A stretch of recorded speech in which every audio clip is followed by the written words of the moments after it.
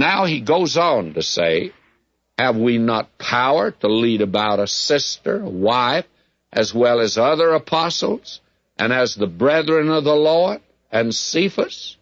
Evidently, the brethren of the Lord here were his half-brothers, James and Jude, I take it, were actually married, and out on their missionary journeys, they took a wife with them.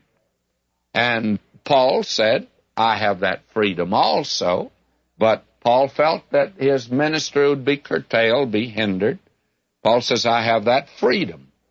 Now, if a minister, and especially if you're out in Bible conference work, if you don't take your wife, they wonder what's wrong, what's happened. And if you do take your wife, they say, well, you can't go anywhere without her.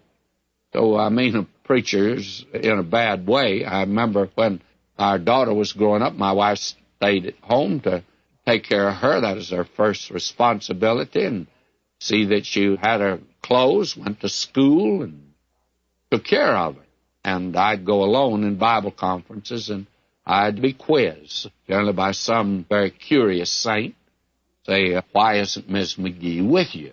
Well, I'd have to go into detail. Now she goes with me. My daughter's away. She's married. My wife goes with me everywhere. And I find that some of them, every now and then, I meet a curious saint, does your wife go with you all the time? As if, well, can't you get rid of her or get away from her?